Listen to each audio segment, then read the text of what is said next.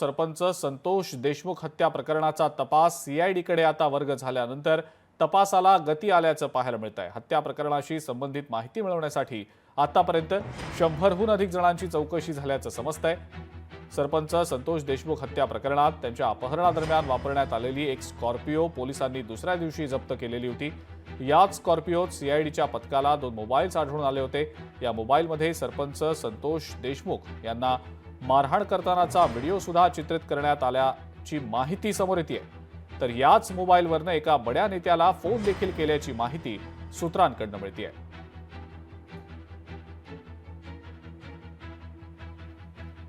विकास माने आपले बीडचे प्रतिनिधी या संदर्भातली अधिक माहिती आपल्याला देत आहेत। विकास, जे 2 मोबाईल आढळले गेलेले होते या स्कॉर्पिओ गाडीमध्ये, त्यामध्ये नेमका कोणकोणता तपशील आहे? काही व्हिडिओ होते, एक फोन कॉल रेकॉर्डिंग्स देखील होत्या, अशा काही घडामोडी समोर येताना दिसतात, तशी माहिती समोर येताना दिसतेय। काय नेमकं यामागचं तथ्य आहे? कोणकोणत्या या गोष्टी आहेत ज्या आता तपासादरम्यान आणखी समोर येऊ शकतात? अजिंक्य, निश्चितच ज्यावेळेस सरपंच संतोष देशमुख आहे त्यांचं अपहरण झालं होतं आणि याच अपहरणादरम्यान वापरण्यात आलेली जी काही ब्लॅक कलरची स्कॉर्पिओ गाडी होती, ती गाडी जी आहे त्या गाडीमध्ये जवळपास 2 मोबाईल जे आहेत ते आरोपींचे आढळलेले आहेत। आणि हेच मोबाईल जे आहेत ते पहिले सुरुवातीला पोलिसांनी ताब्यात घेतले होते आणि पोलिसांनी ताब्यात घेतल्याच्या नंतर आता हे मोबाईलचा जो डाटा आहे तो सीआयडीच्या माध्यमातून रिकव्हर केला जात आहे। आणि जर आपण पाहिलं तर मागील 4 दिवसांपासून सीआयडीचं जे पथक आहे ते बीडमध्ये तळ ठोकून आहे। सध्या मी बीड शहर पोलीस ठाण्याबाहेर उभा आहे आणि याच ठिकाणी आपण पाहू शकतो की सीआयडीचं जे पथक आहे ते या ठिकाणी पोहोचलेलं आहे। सकाळपासूनच या ठिकाणी चौकशीसाठी विविध या केसशी संबंधित जे काही व्यक्ती असतील त्यांना बोलवलं जात आहे, त्यांची चौकशी जी आहे ती केली जात आहे। ही सध्या सीआयडीची गाडी आपण या ठिकाणी पाहू शकतो। बीड शहर पोलीस ठाण्याच्या माध्यमातून याच ठिकाणी या संपूर्ण प्रकरणाची चौकशी जी आहे ती सुरू आहे आणि जवळपास आतापर्यंत या संपूर्ण प्रकरणामध्ये 100हून अधिक जणांचा जी चौकशी आहे ती करण्यात आलेली आहे आणि आज सकाळपासून 6 जणांची चौकशी जी आहे ती केलेली आहे। एकंदरीत जर पाहिलं तर याच संतोष देशमुख हत्या प्रकरणामध्ये ब्लॅक कलरची स्कॉर्पिओ जी गाडी पोलिसांना आढळून आली होती, त्याच स्कॉर्पिओ गाडीमध्ये 2 मोबाईल जे आहेत ते आढळून आलेले आहेत आणि ह्याच मोबाईलमधनं काही डाटा जो आहे तो रिकव्हर केला जात आहे आणि या माध्यमातून काही फोन जो आहे तो देखील एका बड्या नेत्याला करण्यात आला होता। तो नेमका बडा नेता नेमका कोण होता आणि जे काही आरोपी होते त्यांच्याचकडे हे मोबाईल जे होते ते आढळून आले होते आणि या संपूर्ण प्रकरणाचा जो तपास आहे तो सध्या सीआयडीच्या माध्यमातून केला जात आहे। सध्या सीआयडीकडे 4 आरोपी जे आहेत ते ताब्यात आहे, त्यांची चौकशी जी आहे ती सुरू आहे आणि याच दरम्यान जे उर्वरित 3 आरोपी आहेत त्यांच्या अटकेच्या साठी विशेष पथक जे आहेत ते देखील रवाना झालेलं आहे। विविध ठिकाणी याची जी काही शोध आहे तो घेतला जात आहे आणि याच बीड शहर पोलीस ठाण्याच्या अखत्यारीत जे काही सीआयडीचं पथक असेल ते चौकशी करत आहे, तपास करत आहे आणि जवळपास 4 दिवसांपासून हे जे पथक आहे ते या ठिकाणी आपल्याला पाहायला मिळत आहे।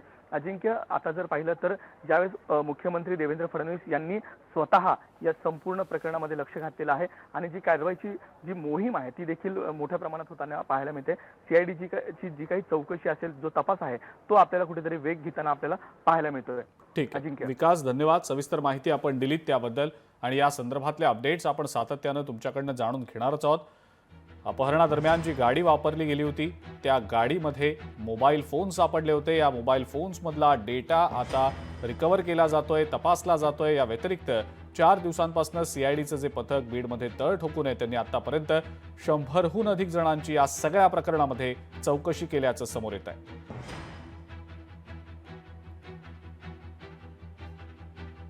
जे 2 फोन या स्कॉर्पिओ गाडीमध्ये सापडलेले होते त्यापैकी एका मोबाईलवरनं एका बड्या नेत्याला फोन देखील केला गेल्याची माहिती सूत्रांकडून मिळतेय।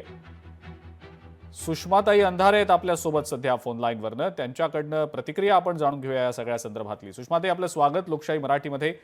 संतोष देशमुख हत्या प्रकरणामध्ये जी अपहरणादरम्यान स्कॉर्पिओ गाडी वापरली गेली होती या गाडीमधनं 2 फोन मिळालेले आहेत, मोबाईल फोन, आणि यातल्या एका मोबाईलवरनं एका बड्या नेत्याला फोन केला गेल्याची माहिती सूत्रांकडून मिळते। आपली पहिली प्रतिक्रिया?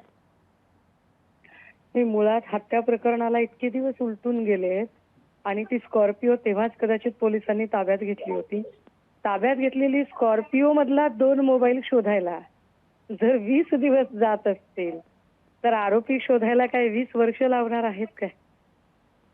आणि ज्या पद्धतीने सतत बडा नेता, आका असे शब्द वापरले जातात आणि थेट बोलायचं टाळलं जातं, त्या अर्थी कुणालाही संतोष देशमुखांना न्याय द्यायचा आहे असं वाटतच नाहीये. जो तो आपापले काय पॉलिटिकल गेन करत आहे का, एक आपले स्कोर सेटल करण्याचा हा खेळ चालू आहे का, असं वाटायला लागतंय. अवघड आहे. बर, पण हा तपास कुठेतरी आता गेल्या काही दिवसांमध्ये जेव्हापासून CID कडे वर्ग केल्या गेलेले प्रकरण त्यानंतर काहीसा वेग घेताना दिसतोय. काल मुख्यमंत्र्यांनी सुद्धा जे फरार आरोपी आहेत त्यांची संपत्ती जप्त करण्याचे आदेश दिले होते. या व्यतिरिक्त ज्या लोकांकडे शस्त्र परवाने नाहीत आणि तरी त्यांचे गोळीबार करतानाचे फोटो व्हिडिओ समोर आलेले होते त्याची शहानिशा करून कारवाई करण्याचे आदेश दिले गेले होते. त्याबद्दल सुषमाताई काय वाटतं? अरे दादा, समजून घ्या तुम्ही, परवाने नसताना शस्त्र बाळगणे ही एक वेगळी केस आहे. खंडणी ही एक वेगळी केस आहे. खून प्रकरण ही एक वेगळी केस आहे. त्यामुळे त्याची सरमिसळ करण्यात अर्थ नाही. अजूनही खून प्रकरणातले जे आरोपी आहेत ते मोकाटच आहेत, ते पकडलेलेच नाहीयेत. आणि याच्यावरती नुसतं गोल गोल फिरवलं जातंय.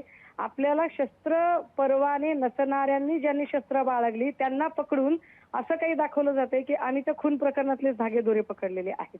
मुळात ते तसं नाहीये. हा लोकांना भ्रमित करण्याचा प्रयत्न आहे. परवाने नसताना शस्त्र बाळगणे हा एक वेगळा गुन्हा आहे, ज्याचा कन्सर्न जेव्हा लक्षात आणून दिला गेला तेव्हा त्याच्यामध्ये काही लोकांवर कारवाई झाली. परंतु खून प्रकरणातली जी काही कारवाई आहे ती अजूनही झाली नाही.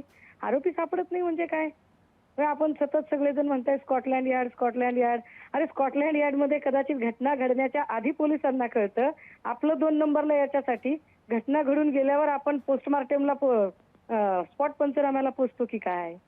काय म्हणजे जे चाललंय चित्र एवढ्यातनं कुठे धाडी टाकल्या बरं आरोपी शोधण्यासाठी?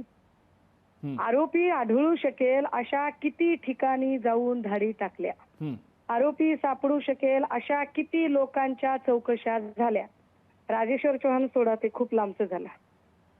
ज्या ठिकाणचे आरोपी आहेत त्या शहरांमधल्या किती ठिकाणी धाडी टाकल्या, किती ठिकाणी सर्च वॉरंट घेऊन पोलिसांनी सर्च ऑपरेशन केलं. कसली गती आहे बरं तपासाची?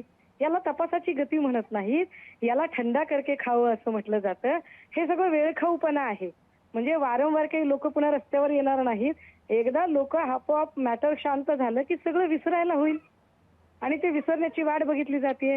कालचं प्राजक्ता माळींचं जे काही प्रेस कॉन्फरन्स होती ती सुद्धा या एकूण प्रकरणाला डायव्हर्ट करण्याचा प्रकार आहे. त्यामुळे माझ्यासारखा जो माणूस असतो, जो नागरिक म्हणून बघतो या सगळ्या प्रकरणाकडे, कारण मी गेल्या 15-20 दिवसात फार मौन बाळगून आहे, त्यामुळे आम्ही फार व्यथित होतो की अरे काय चाललंय हे सगळं. जो तो आपापले स्कोर सेटल करतोय, संतोष देशमुखांच्या हातेचं काय? तो प्रश्न अनुत्तरितच आहे. हो, ठीक आहे. सुषमाताई धन्यवाद, आपण प्रतिक्रिया दिलीत त्याबद्दल. सुषमा अंधारे होते आपल्यासोबत फोन लाईनवरनं आणि त्यांनी अनेक प्रश्न आता विचारलेले आहेत. तपास नेमका कुठपर्यंत आलाय, काय नेमकी तपास प्रकरणामध्ये प्रगती आहे, असे अनेक प्रश्न त्यांनी यावेळेला विचारलेले आहेत. लोकशाही मराठी ऐका, पहा, जागरूक रहा.